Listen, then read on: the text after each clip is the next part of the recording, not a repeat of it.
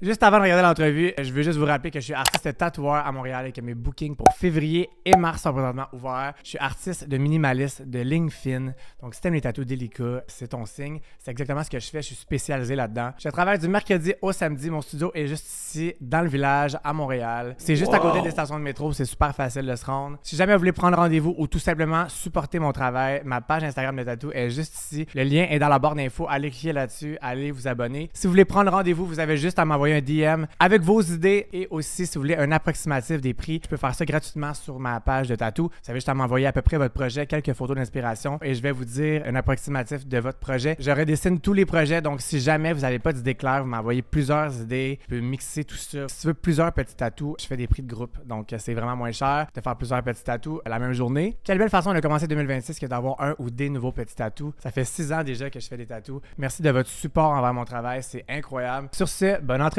Salut tout le monde, bienvenue au premier épisode du podcast à cœur ouvert avec les exclus de Big Brother Célébrité. Aujourd'hui, nous avons malheureusement la première évincée, Salomé. Allô! Comment vas-tu? Ça va bien. Ouais. Il en fallait une, Ben première oui. célébrité qui sort de la maison.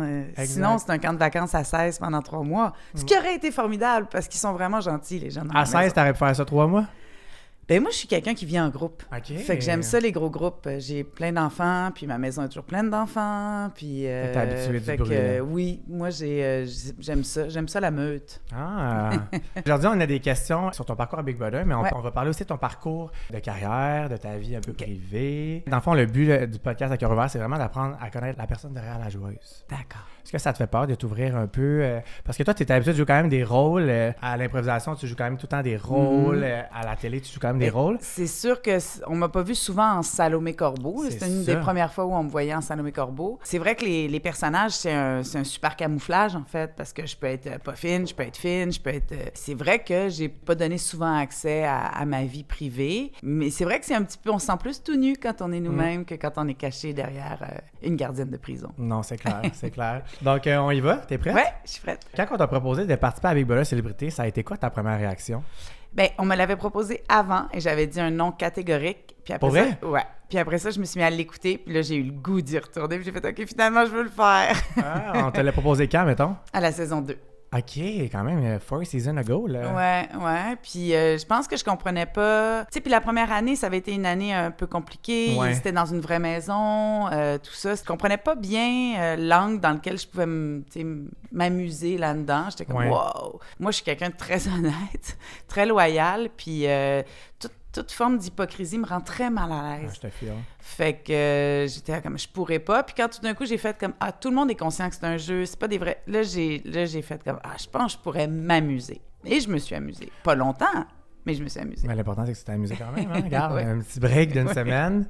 C'était Ça se parfait. prend bien, ça se prend bien. Ça se prend très bien. Puis j'ai l'impression, moi aussi, que c'est à partir de la comme saison 4 que le monde a vraiment plus mis l'ongle que c'est un jeu. Je trouve que les premières saisons, on dirait qu'on se sentait plus personnel, les éliminations. Oui, puis mais je pense même à la 3, ça commence. Tu sais, moi, je me souviendrai toujours de cette image qui m'émeut beaucoup de Nathalie Choquette qui tient des balles au-dessus de sa tête pendant 35 minutes à côté d'Alexandre Despatie. Puis j'ai fait, quand est-ce que dans une vie, Tu peux tester tu ça. peux mettre une grand-maman à côté d'un Olympien, tenir des balles, puis qu'il dit « T'es forte », elle fait « Non, je suis têtue ». Là, j'ai fait comme « OK, il y a vraiment moyen de s'amuser là-dedans », puis il y a vraiment moyen de montrer aussi notre persévérance, notre résilience, des choses comme ça. Parce que c'est quand, à l'âge adulte, qu'on peut se mettre dans des situations comme ça. Tu sais, moi, je trouve que c'est surtout ça. Là. C'est comme tu redécouvres t'es qui un peu à travers ça, tu sais, parce qu'on se fait pas de nouveaux amis tant que ça. Tu sais, veux pas, naturellement, l'humain, on va tout le temps aller dans les mêmes patterns. Ouais. Fait que là, tu peux vraiment tout redécouvrir, tout tester, toute l'introspection que tu as faite dans ta vie, ton travail personnel, je trouve, dans cette émission-là. Oui, puis tu sais, quand est-ce que j'aurais pu rencontrer quelqu'un comme la formidable Citron, tu sais? Citron, elle est extraordinaire, je l'aime elle tellement. est vraiment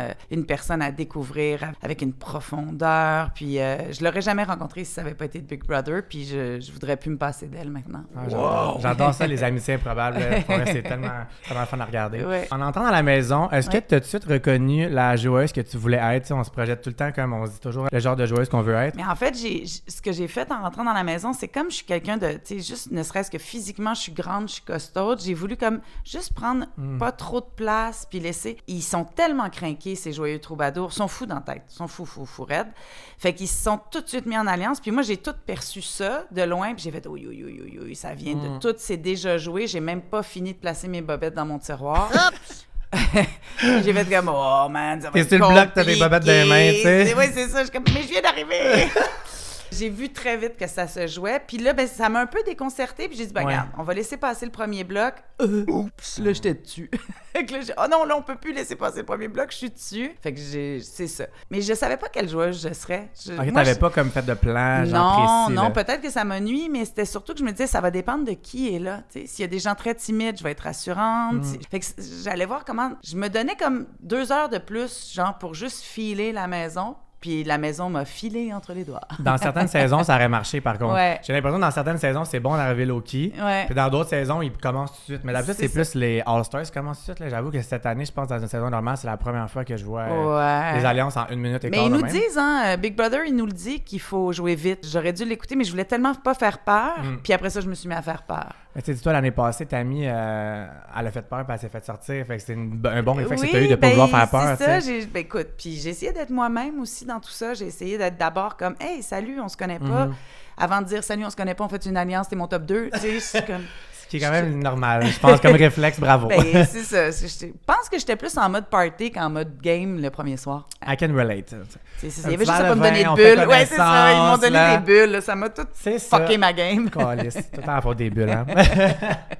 Puis, je veux savoir comment tu as réagi quand tu as vu ta face sur le bloc. Est-ce que tu t'attendais à ça? Je trouvais que pour une madame de 50 ans, je lookais good. Honnêtement, can we talk about the dress? Merci. Pour vrai, vraiment. Mais est-ce que tu t'attendais à ça? Est-ce que... Ouais, tu l'avais filé, hein? Matin, je le savais.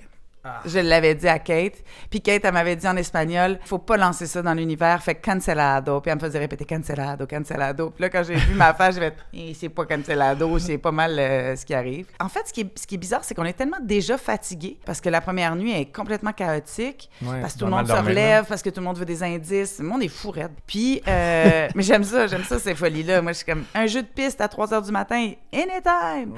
J'adore. Fait que c'est comme si ça fait pleurer tout de suite. C'est vraiment bizarre.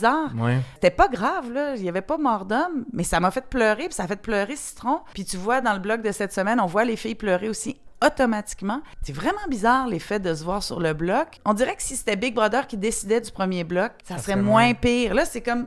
Tu fais comme, mais je t'ai parlé 10 minutes, Will, dans tout. Pourquoi? Qu'est-ce que tu m'en veux? Fait que c'est bizarre, cette affaire-là. Mais, ben c'est ça, je m'y attendais. C'est correct, tu sais. Quand le veto a pas bougé, quand le bloc a pas bougé, ben là c'était dur. Fait que là, après ça, je me suis mis à m'amuser. Là, j'ai fait comme game on. Quel bon moment de télé, honnêtement. Moi, j'adorais ça, là.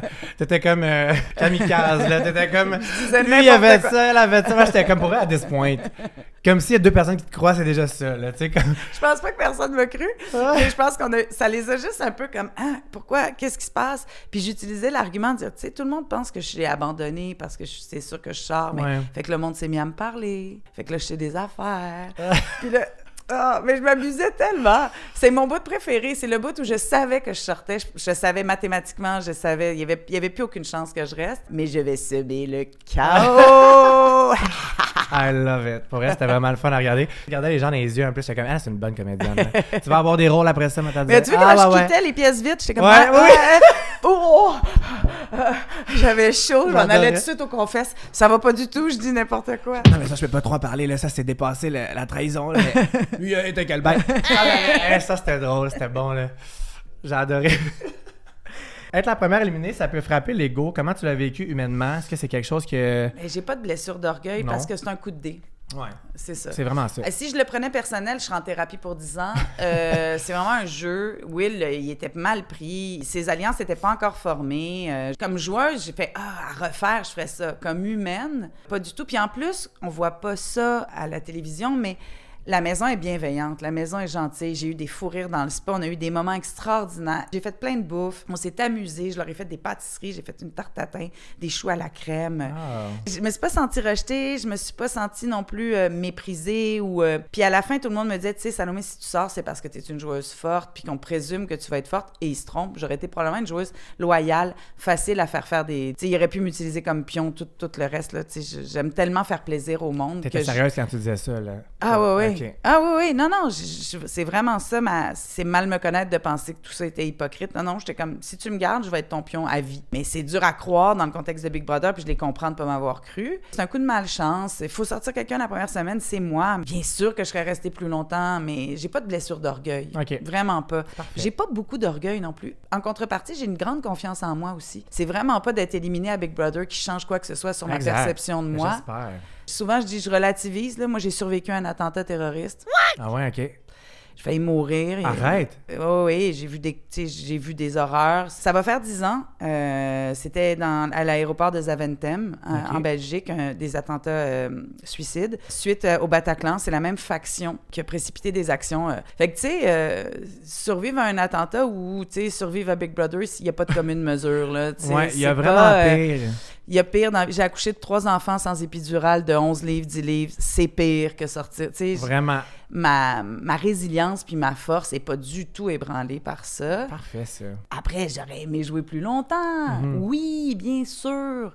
Mais voilà, c'est la vie. Tu pars la tête haute, en tout cas. C'est ça. Ah, oui. Mais c'est bon, ça prouve que toute la confiance que tu as bâtie au travers des années, tu le vois, elle n'est même pas ébranlée. Fait que ça te prouve que. Non. Ben, c'est le fun parce que ça te définit pas du tout. Puis t'as raison, c'est vraiment un coup de dé. Surtout la première semaine, t'as même pas eu le temps de c'est ça, manquer une stratégie. T'as vraiment raison de réagir comme ça. Puis j'ai super bien fait au challenge de la guacamole. Même que le jeune Olympien m'a dit que je m'étais battue comme une chef. J'étais comme, si un Olympien reconnaît mes skills, j'étais comme, je viens de gagner. T'étais le burrito tacos recherché, là. Ah ouais.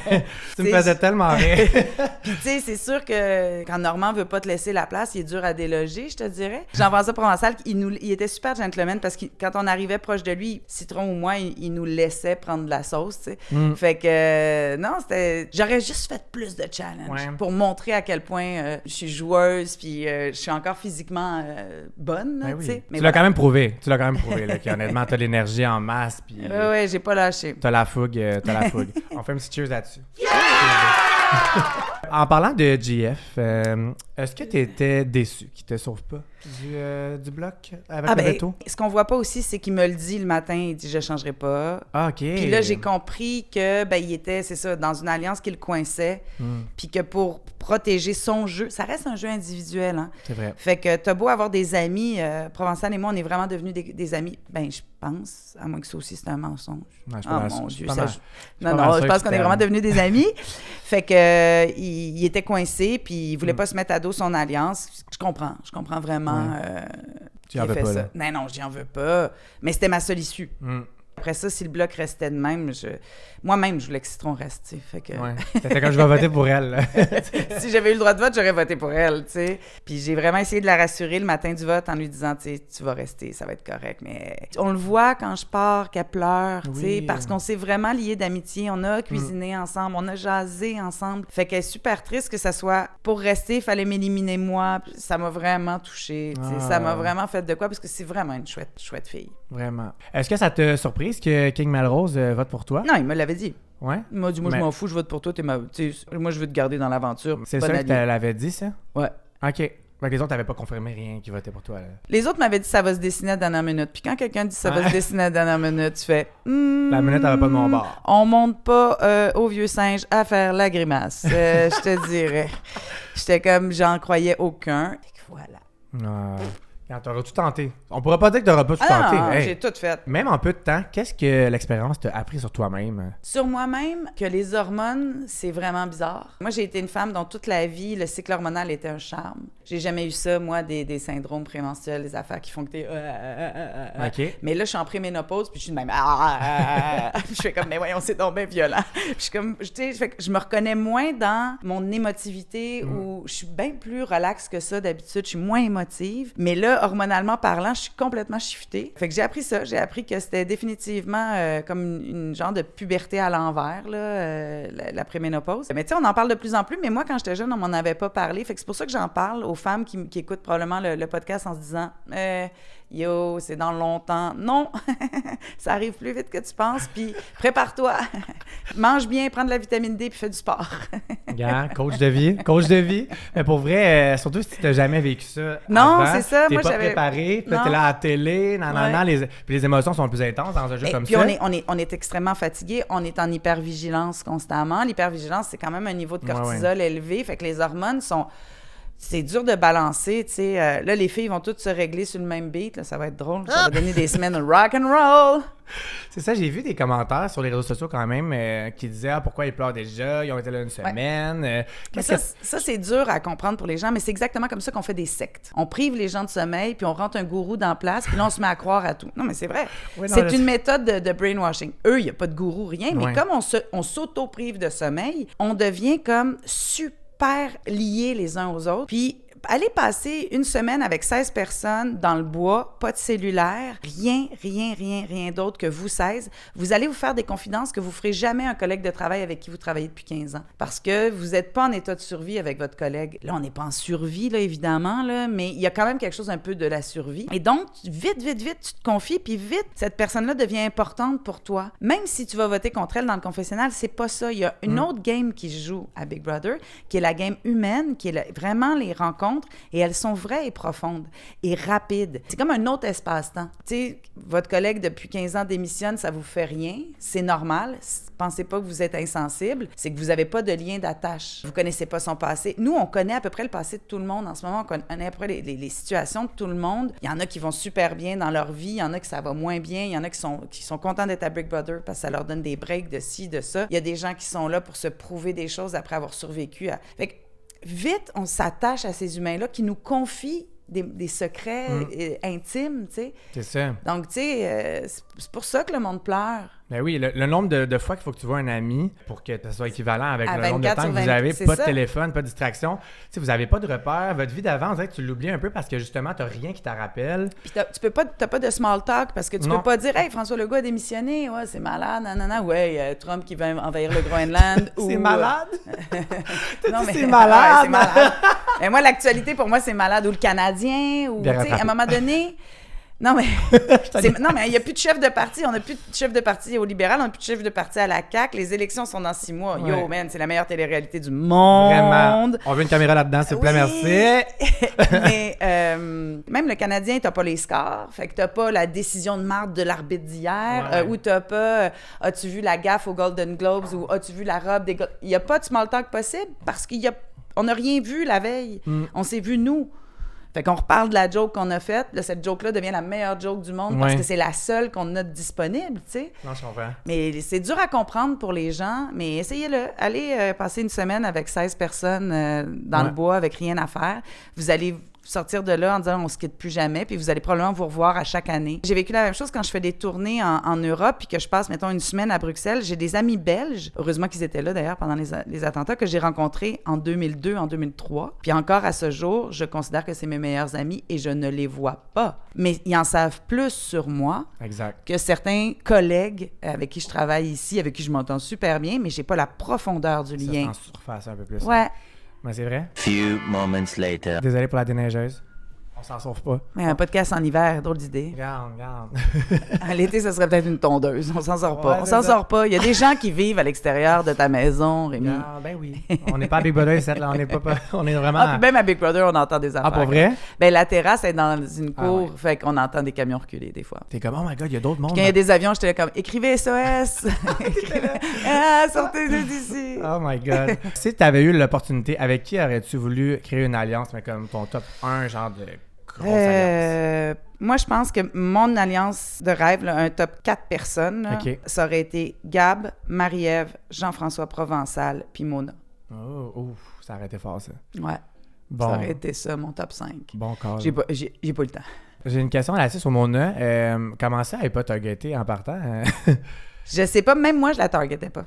Même moi. Elle est bonne, là! C'est parce qu'elle est rentrée tellement sur le gros nerf, parce que ça faisait 6 mois qu'elle mentait à tout le monde, qu'elle était super fébrile quand elle est arrivée. Fait qu'on a compris sa fébrilité. Puis c'est ça quand je dis qu'on devient empathique envers les autres.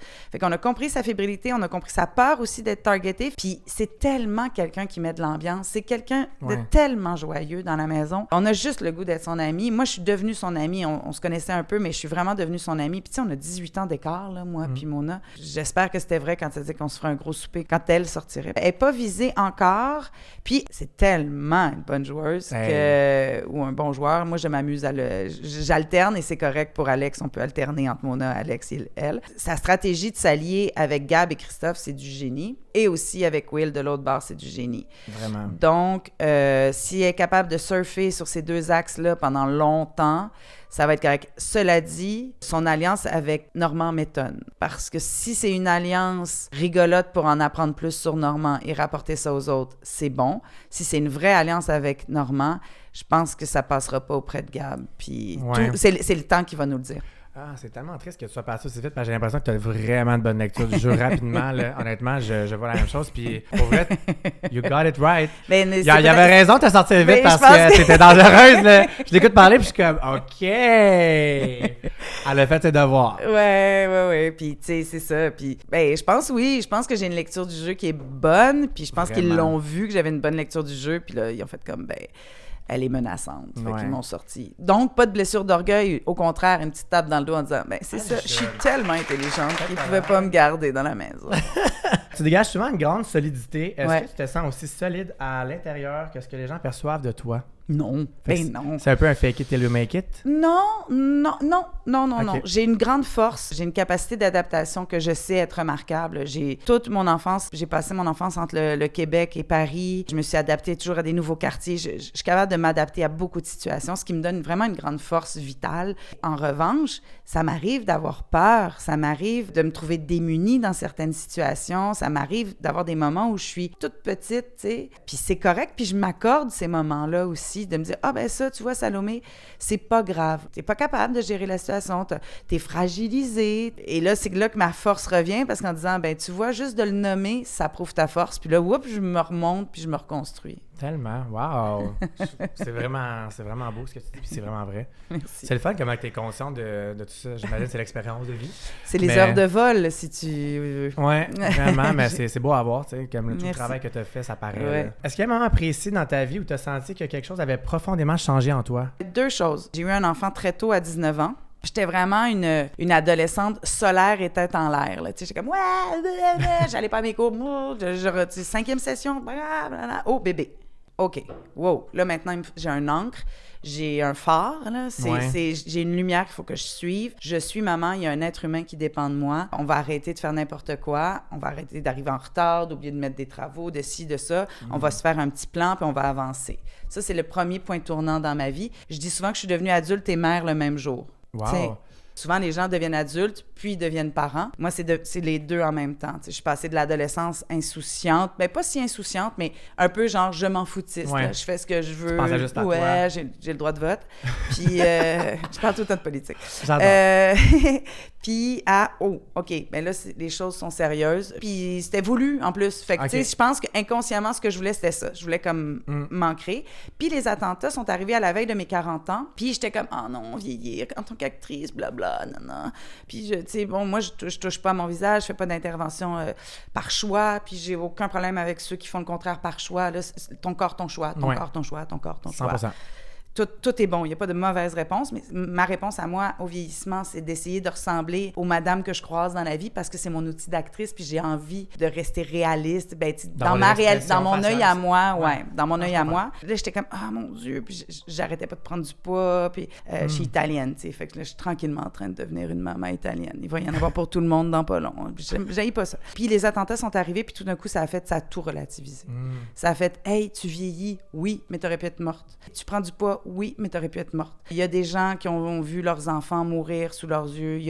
C'est tellement grave, c'est tellement tragique. À partir de ce jour-là, j'ai dit au monde entier, vous n'aurez ni ma peur ni ma haine. Wow.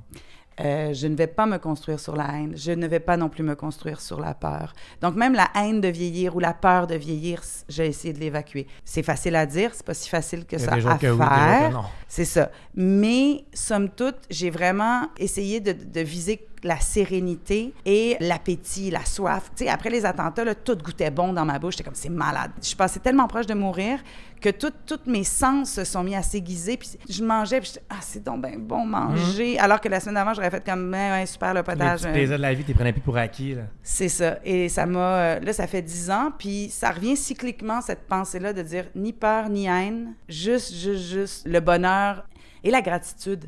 C'est tellement un beau reminder pour les gens qui nous regardent. Ouais. Je trouve qu'on... On passe beaucoup d'énergie à haïr des affaires puis à avoir peur de d'autres affaires. Puis des affaires tellement futiles quand tu y penses, mais c'est plate qu'on a... Ben c'est plate, mais c'est beau en même temps qu'on a besoin d'avoir un événement comme ça pour le réaliser. Je trouve que pendant la COVID, on est beaucoup aussi qui s'est dit « Ah, OK, après, genre quand tout va revenir, on va plus le prendre pour acquis. » Puis c'est tout revenu, on dirait, on le prend.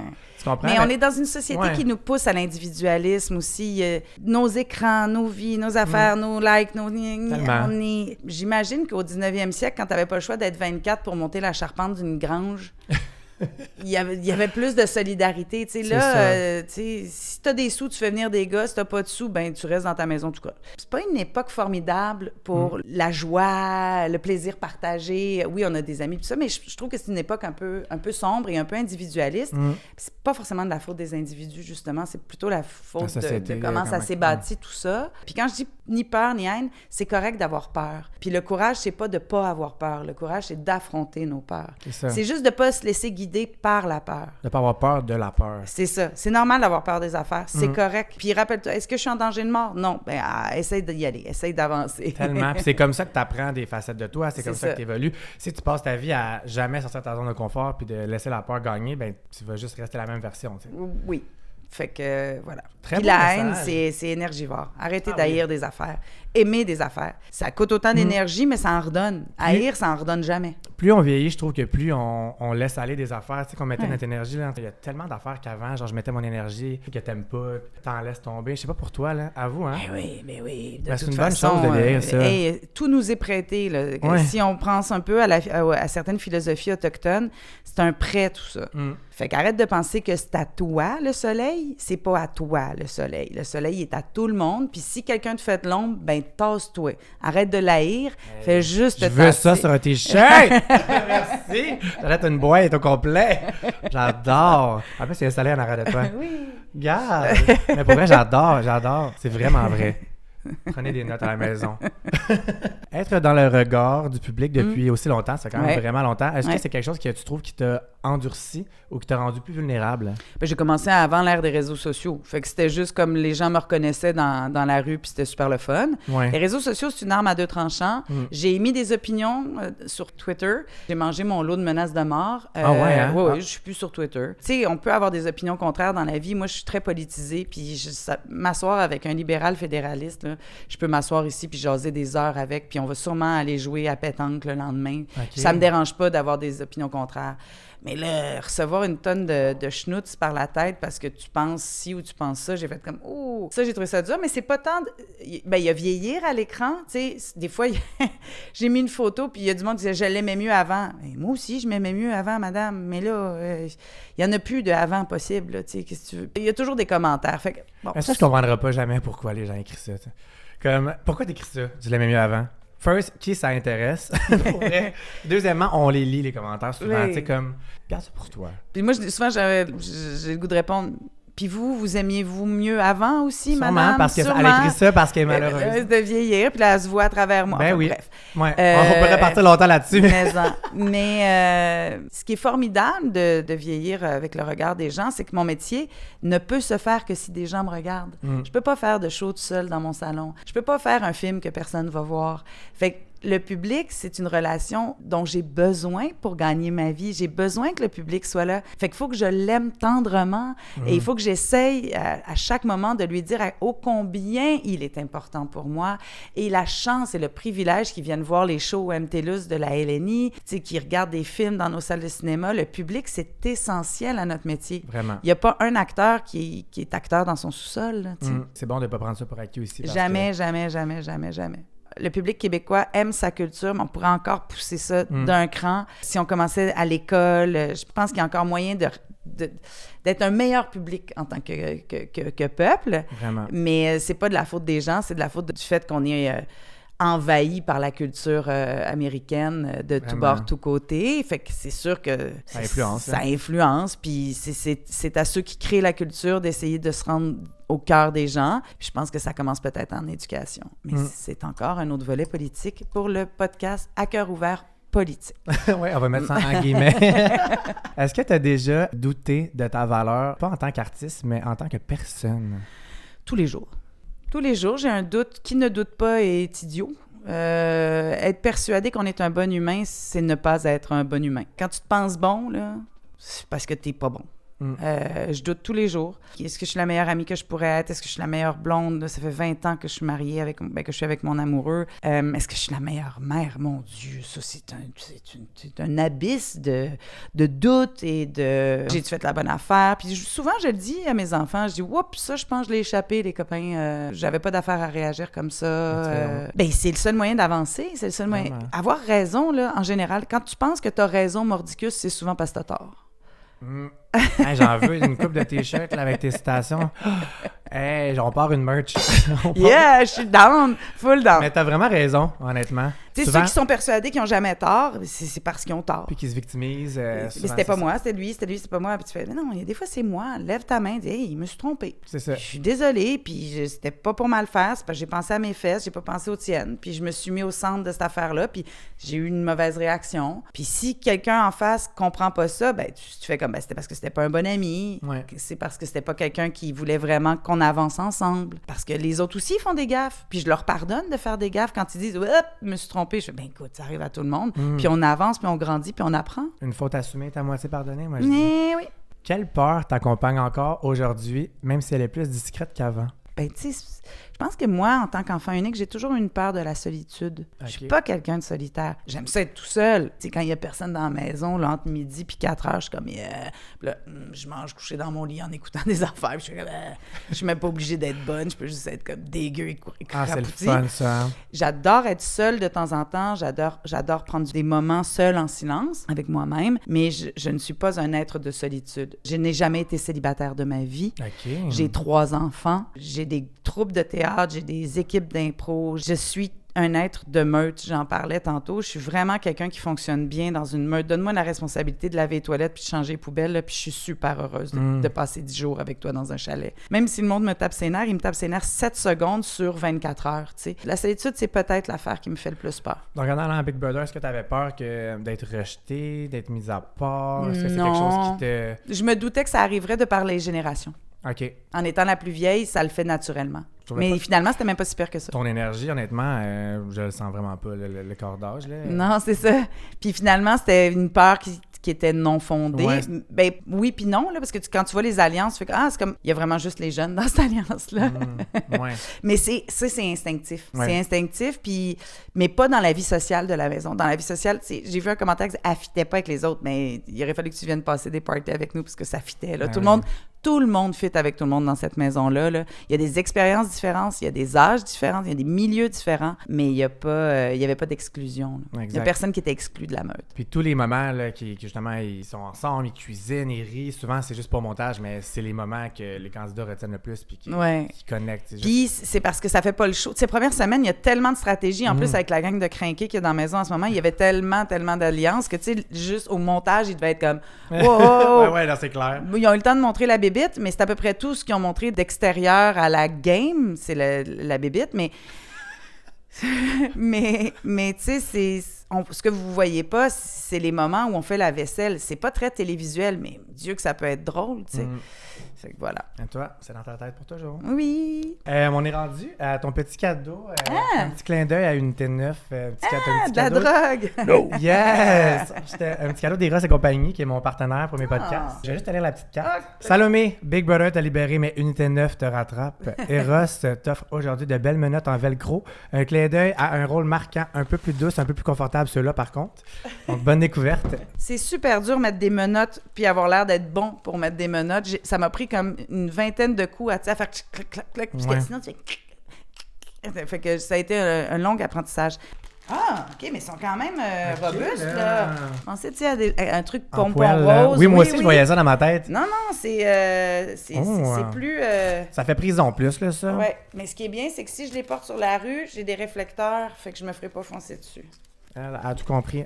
Elle rend l'utile à l'agréable. Mais c'est pas paniquant. Parce que moi, tu sais, avoir les mains attachées, je peux paniquer si... J'aime pas ça, moi, avoir un sentiment que je peux pas ouvrir les bras. Je suis vraiment d'accord, moi aussi. Tu sais, coincé dans un garde-robe, tout ça. Jouer. On peut jouer. Ben, c'est ça le permet. Mais quand t'es trop pogné pour vrai ou ça fait mal au poignet, laisse faire, là. Très agréable. Merci, Eros et compagnie. Oui. Si vous voulez vous procurer quoi que ce soit sur la boutique d'Eros et compagnie en ligne, le lien est dans la barre d'infos. Il faut utiliser mon code promo Rémi15 pour 15% de rabais sur n'importe quoi. Allez vous gâter. Si vous n'avez pas c'est trop attaché difficilement, ben, c'est des menottes qu'on a testées et qui ne sont pas trop anxiogènes. Exactement. Rémi15. Rémi15. Allez voir ça. 15. Merci. Rémi15. J'ai 2-3 personnes dans la maison à qui je pourrais mettre des menottes, mais je vais attendre qu'ils sortent. Qui est ça, mettons? Ben, dans la maison de Big Brother, j'entends. Qui est ça? Qui mériterait des menottes? Ouais. Ben, juste Jean-François Provençal et moi, parce qu'on a mis des faux indices, puis ça, c'est vraiment un crime dans la maison de Big Brother. Ça, c'est vraiment drôle. J'avais des ficelles pour faire des bracelets brésiliens de couleurs, puis il y a plein d'indices de couleurs dans la maison, puis les couleurs sont bien flashy, fait qu'on s'est dit, oh, on va aller mettre comme 2 bouts de ficelle accrochés ensemble un peu partout dans la maison en respectant le code de couleur de la maison. Puis on a beaucoup trop ri. Je sais pas si JF le fait encore, mais je souhaite ardemment qu'il le fasse encore. Ça serait vraiment drôle, ça me fait beaucoup rire. Je suis vraiment d'accord. Est-ce que tu as déjà pensé tout arrêter, ta carrière? Oui et non. Tu sais, il y a des creux de vague quand tu arrives dans la 40. T'sais, comme là, c'est vraiment plus difficile pour... autour de la 47-57, là, c'était un bout de pas de saucisse dans le hot dog. Là. Ah ouais, hein? Ouais, c'est plus dur parce qu'il y a moins de rôles. Okay. C'est vraiment juste parce que c'est mathématique. Là. Même si tu regardes Unité 9, qui est un show exclusivement de femmes, c'était majoritairement des rôles dans la trentaine, un petit peu début quarantaine, 2 cinquantenaires, puis après ça, 1 ou 2 70. Fait que c'est juste comme, c'est comme un entonnoir, tu sais. Je serais allée du côté probablement de... Parce que j'ai fait ça beaucoup dans ma vie, des accessoires, puis de ce qu'on appelle de la direction artistique. Donc, tu sais, ça aurait été comme un autre métier qui est pareil, qui est pigiste, qui a les mêmes problèmes de... pas de sécurité financière. Moi, décidément, la sécurité financière, tu sais, m'en calisse.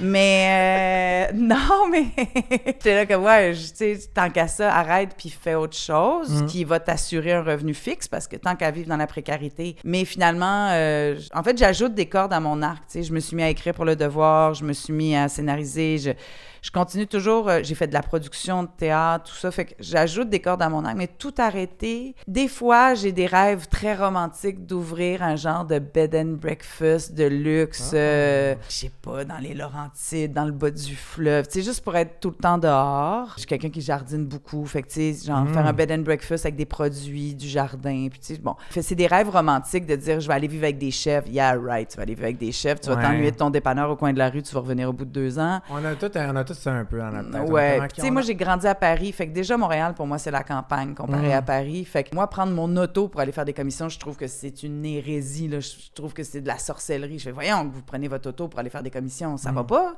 Mais ça, c'est parce que c'est culturel. Moi, j'ai grandi avec une épicerie au coin de la rue, puis pas d'auto.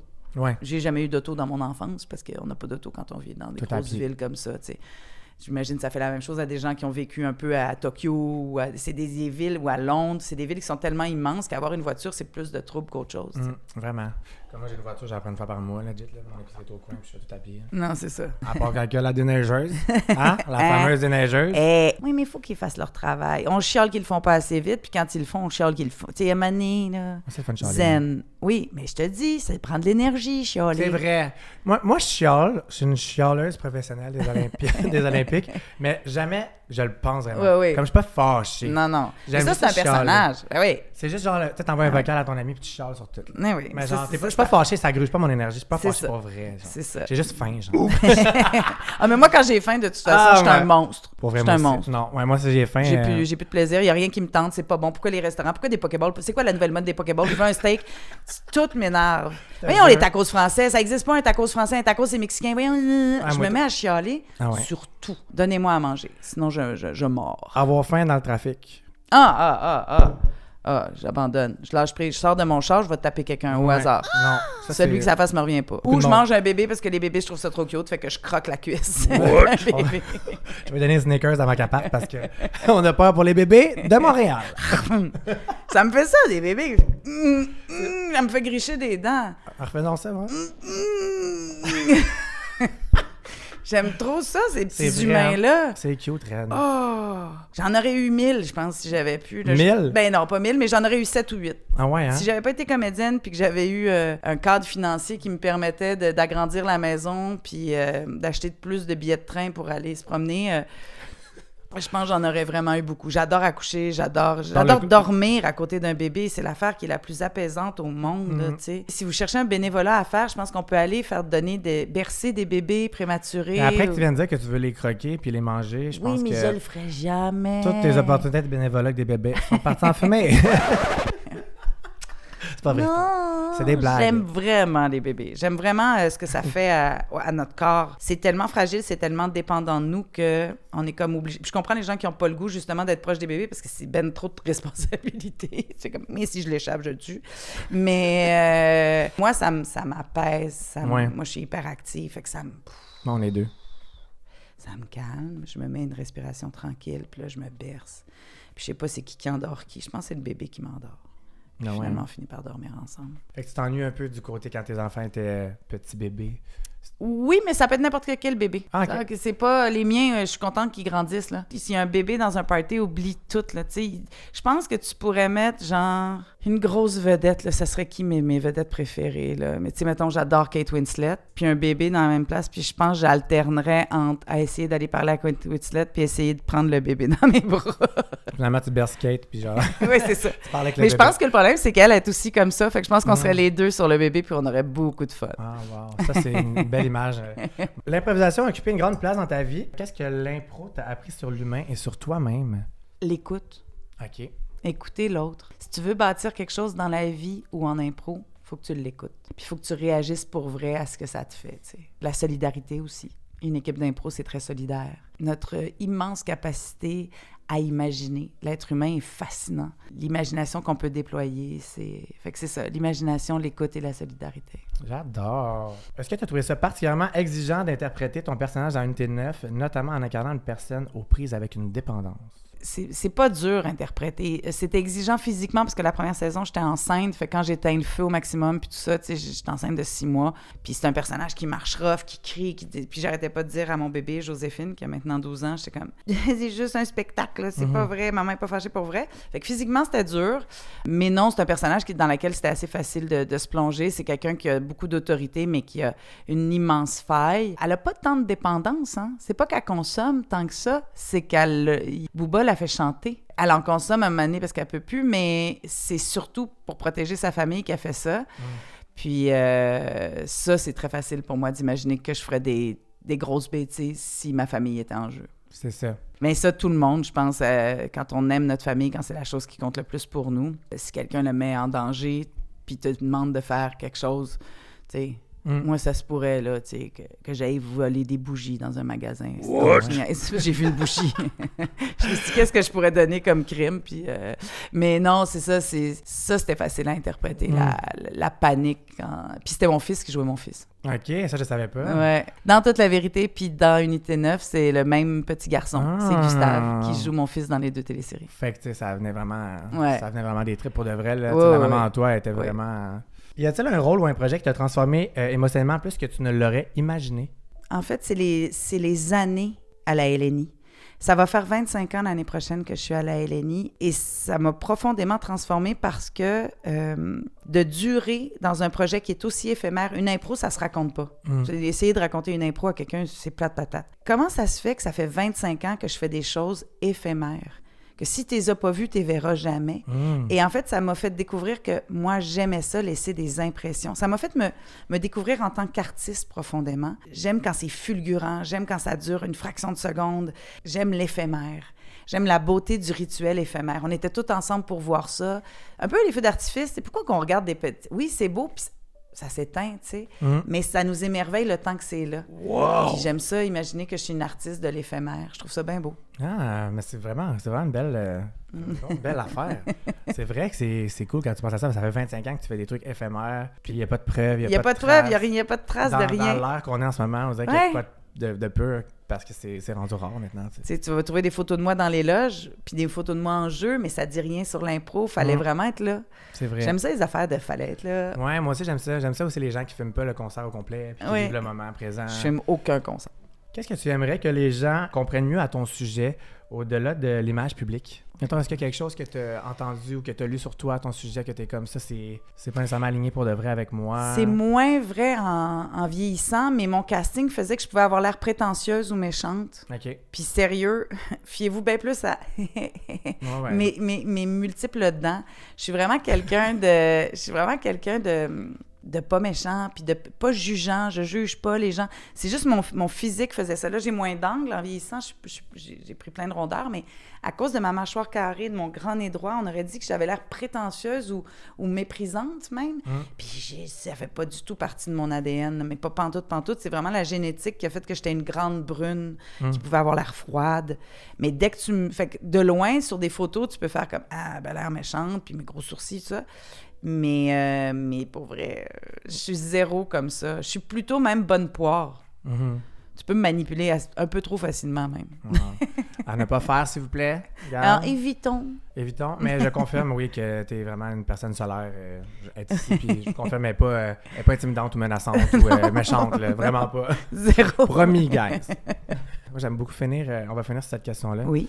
Si tu pouvais parler à la Salomé d'il y a 20 ans, qu'est-ce que tu lui dirais? Arrête de penser que t'es pas belle. Ah. T'es magnifique. Sérieux, t'es magnifique. Passe à autre chose. Next. T'as Un autre perdu- appel. T'as perdu trop d'énergie, de temps. J'ai perdu trop de temps à capoter sur ma moustache, à capoter sur le fait que j'avais eu un bébé à 19 ans puis que j'avais des vergetures de grossesse. Je me comparais aux filles de mon âge dont la peau était un tambour, tu sais, les seins qui avaient... J'ai passé trop de temps à penser que j'aurais pu être belle. J'étais très belle. And you still are. Ben non, mais c'est juste que je veux parler à la fille puis dire, de toute façon, c'est comment tu vas l'utiliser, ce corps-là, qui crée la beauté. Fait qu'arrête de penser à ça. Arrête de te comparer.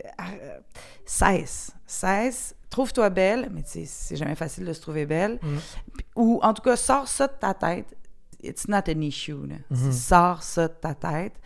Va tout droit. Puis l'autre affaire que j'aimerais lui dire aussi, c'est ça va bien aller. Ça va bien aller. Ta vie va te ressembler. Vraiment. Dans 20 ans, tu vas regarder ta vie et tu vas faire « Yeah! » Ben oui, tu as plein de cordes à ton arc, tu as bâti quelque chose qui dure depuis plus de 25 ans. Ouais. Tu continues de t'améliorer à chaque année. Tu te mets hors de ta zone de confort. Ouais. Est-ce que quand tu étais plus jeune, tu étais une personne qui était anxieuse du futur? Non. Ça te faisait peur? Non, mais j'étais anxieuse de perdre des amitiés parce que j'ai tellement déménagé souvent, j'ai tellement été déracinée souvent que j'avais peur de perdre les gens. Fait que j'étais un petit peu... Puis aussi, fous-toi-en des commentaires. Moi, je fais des bricolages dans la vie. Puis on m'a déjà dit, tu sais, tes bricolages. J'ai comme, hey, si j'aime ça, faire des bricolages. Si j'aime ça, te faire... Tu sais, j'ai fait à Claude Legault toute notre équipe d'impro en FIMO. Mais c'est ma façon d'aimer Claude Legault. Si Claude Legault s'en fout, ça m'appartient pas. Moi, je sais que j'ai fait le geste. Puis ça, j'ai passé trop de temps aussi à me dire, c'est-tu vrai?